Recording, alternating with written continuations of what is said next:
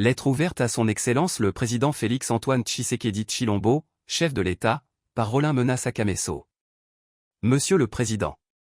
Je vous écris avec gravité, sincérité et sens des responsabilités, parce qu'un fossé dangereux est en train de se creuser entre vous et la diaspora congolaise. En effet, cette diaspora a aujourd'hui le sentiment d'avoir été abandonnée, ignorée, voire rejetée par celui qu'elle a pourtant soutenu, directement ou indirectement, dans son ascension au pouvoir.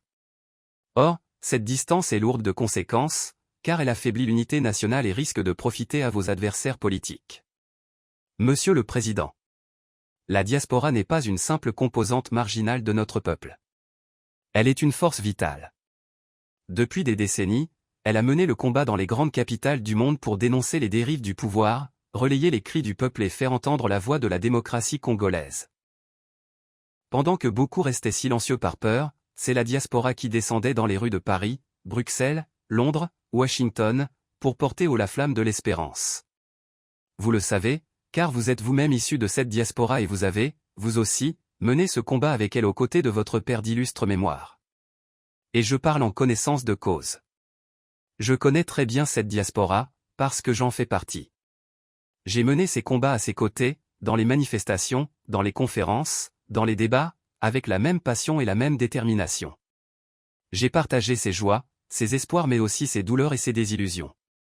Voilà pourquoi je comprends profondément son ressenti aujourd'hui. Au-delà du combat politique, la diaspora contribue concrètement, chaque jour, à la survie du Congo. Ces transferts de fonds dépassent chaque année plusieurs milliards de dollars. Des montants supérieurs à l'aide internationale ou à certains investissements étrangers. Grâce à ces envois, des familles entières survivent, des enfants poursuivent leurs études, des malades sont soignés, des églises s'ouvrent, des projets communautaires voient le jour. En vérité, la diaspora agit comme un second État-providence. Peut-on honnêtement l'ignorer? Pourtant, les signaux politiques envoyés sont désastreux. Lors du dernier remaniement gouvernemental, aucune personnalité issue de la diaspora est réellement impliquée auprès d'elle, n'a été appelée, mise à part l'excellente ministre d'État, Acacia Bandoubolam Bongo, qui a été reconduite, et nous vous en savons gré. Cette absence a renforcé l'impression que le Congo s'était partagé entre initiés, en oubliant ceux qui avaient mené le combat à l'extérieur au prix de leur temps, de leur énergie et parfois de leur vie. Cette impression d'ingratitude est douloureuse, et elle ne passe pas. Monsieur le Président. Je me dois de vous alerter. Cette situation est un terrain fertile pour vos adversaires.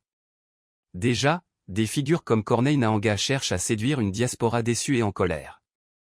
Si ce fossé se creuse davantage, vous risquez de perdre une force mobilisatrice considérable, une force qui a souvent pesé dans les rapports de force politiques.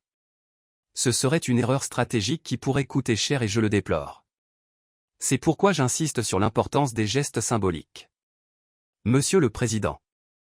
La diaspora pleure en ce moment Madame Yuyu Tumosi.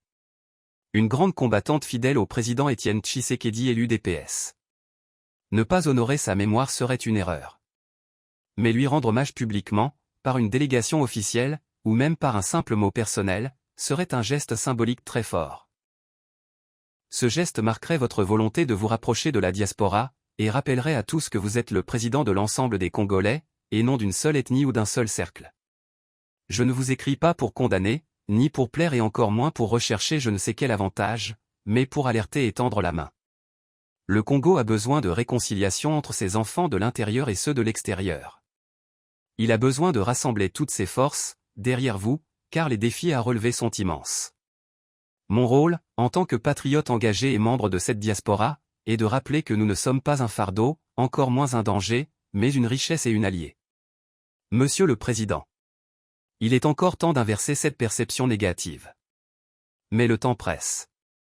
Des actes concrets, des gestes forts, des signes clairs sont attendus.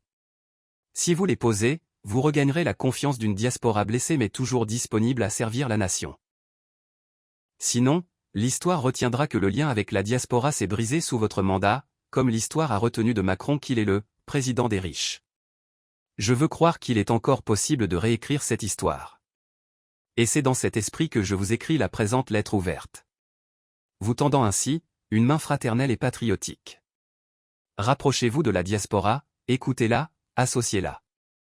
Vous y gagnerez non seulement en crédibilité, mais aussi en légitimité. Car le Congo n'a pas de peuple, l'un à l'intérieur et l'autre à l'extérieur. Il n'a qu'un seul peuple. Et ce peuple attend que son président l'unisse. Avec l'expression de ma très haute considération et tout le respect que je dois à votre haute autorité. Rollin Mena Sakameso. Président national du mouvement Lisanga. Membre de la diaspora congolaise.